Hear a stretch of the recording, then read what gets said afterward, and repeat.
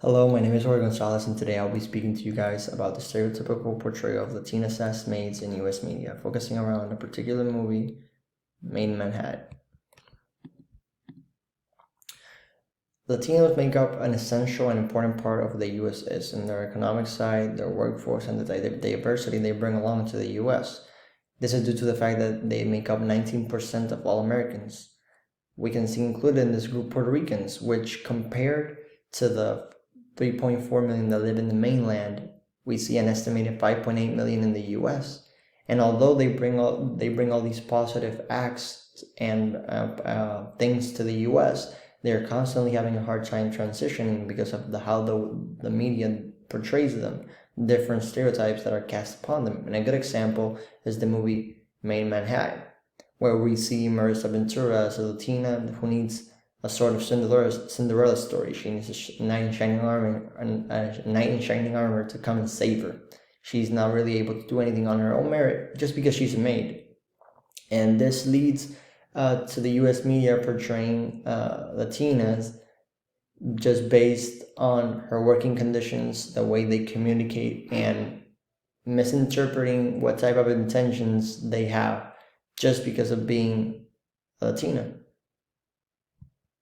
So we can see this in the movie when Marissa Ventura is constantly disregarded as just because of her working and living conditions, and just based on the fact that she's also a Latina, and as if she didn't really deserve the better things in life, as if she didn't really deserve to the things that other people that have better jobs or better status in society would deserve. And this is visible in a scene where we see Marissa going into a store trying to get the attention of the store clerk, and she's basically being disregarded. She's not really getting paid the attention that she deserves. And then we see the point where in her on the store clerk's conversation on the phone, she replies that it's just a maid. But why would that be important?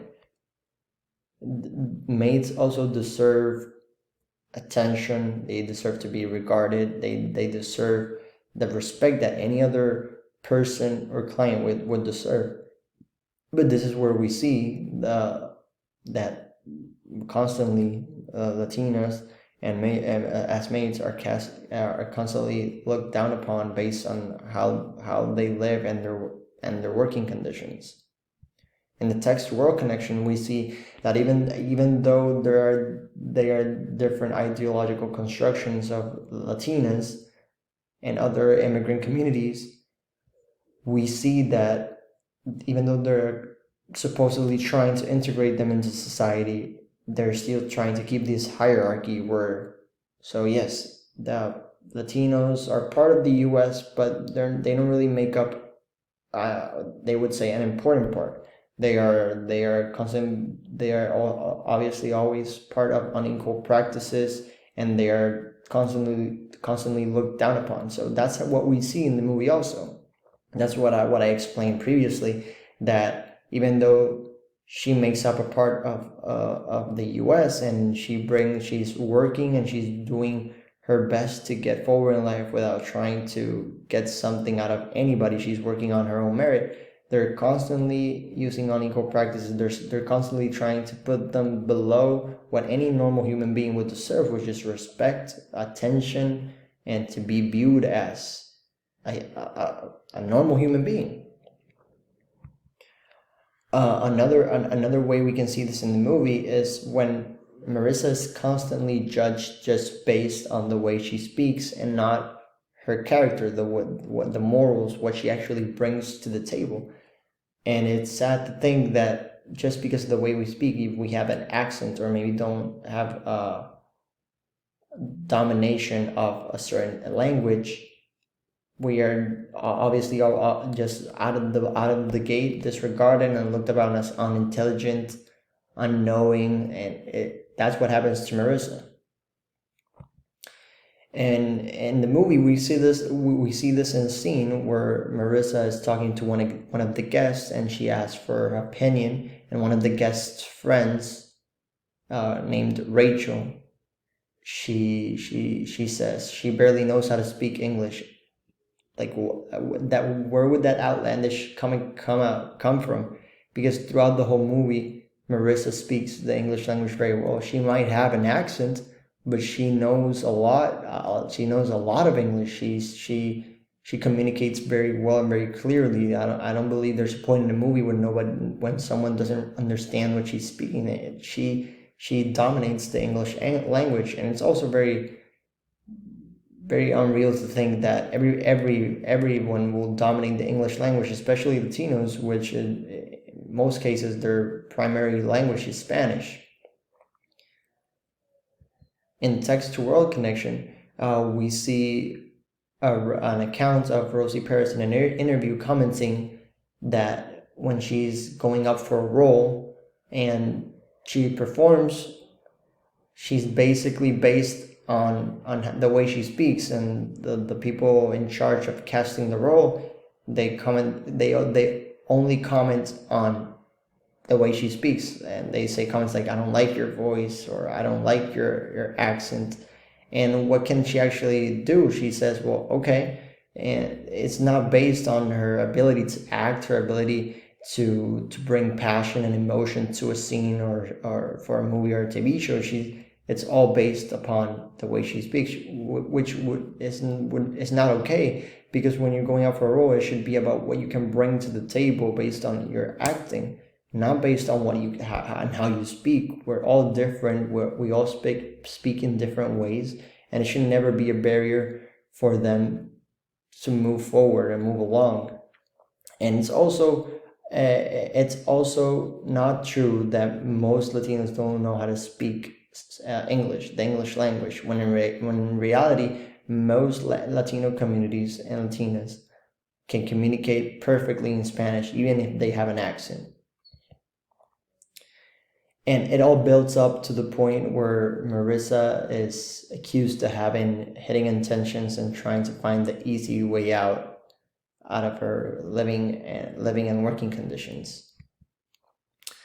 This is visible when she meets the politician Chris, and she basically had sort of a secret identity by mistake when she was confused for another person because she tried on one of the guests' clothing.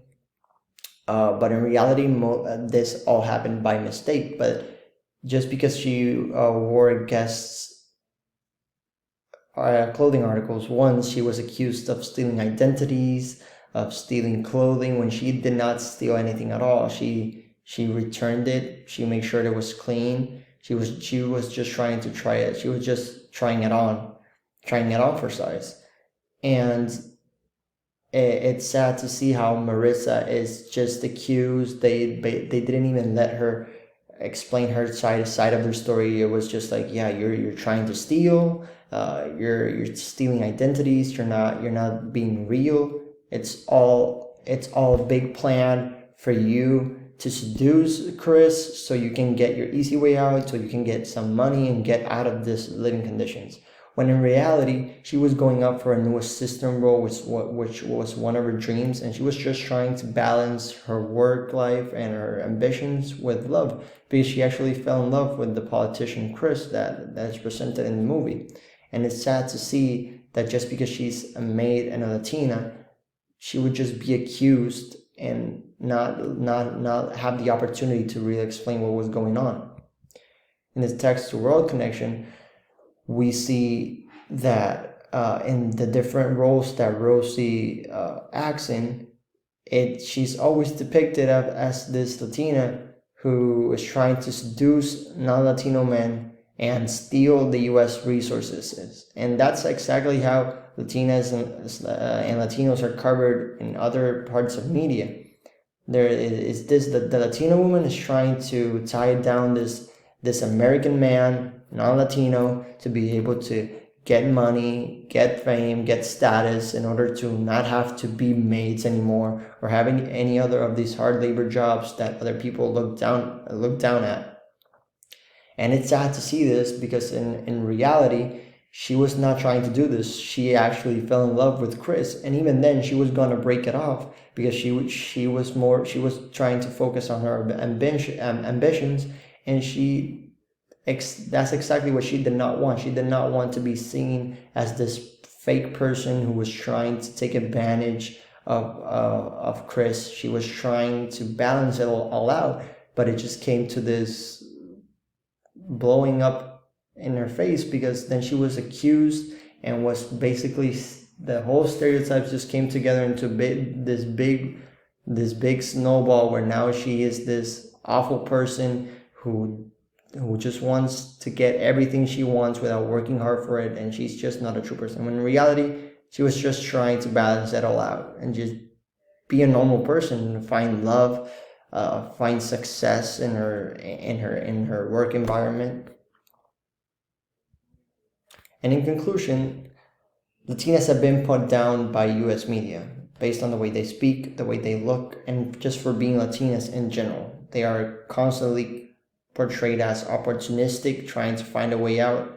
And I believe this is wrong, and it's time to change the narrative that's being pushed by the US media. It's time to give Latinos their due. And they are a big part of the US society. They are a big part of the economy. As I mentioned before, they are a big part of the diversity that the US brings. And it's time to make them feel part, because they are part, they are needed, they are special.